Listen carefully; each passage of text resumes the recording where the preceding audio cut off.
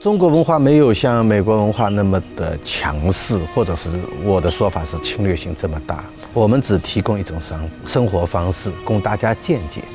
至于大家觉得好，那你可以这样去参考、参照、执行。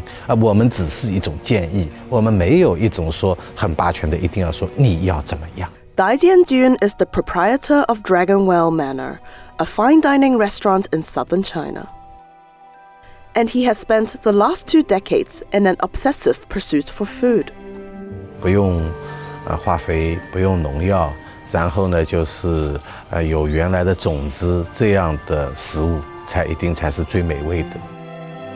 Welcome to Well Manor.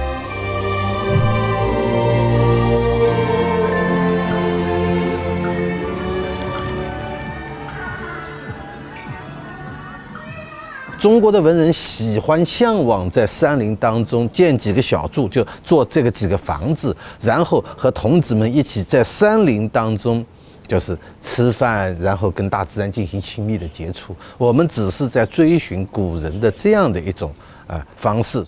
The food is ultimately a reflection of the Torah. A fish stock soup. 鲫鱼。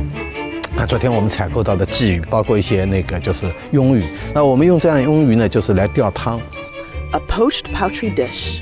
就把那些公鸡做了一些就是节育的手术，就阉割了。然后呢，在这个过程当中呢，这个鸡肉就生长得特别鲜美。And a braised winter melon, cooked until it takes on the texture and flavor of braised pork. 冬瓜就是我们用就是东坡肉的做法，它慢慢的焖它。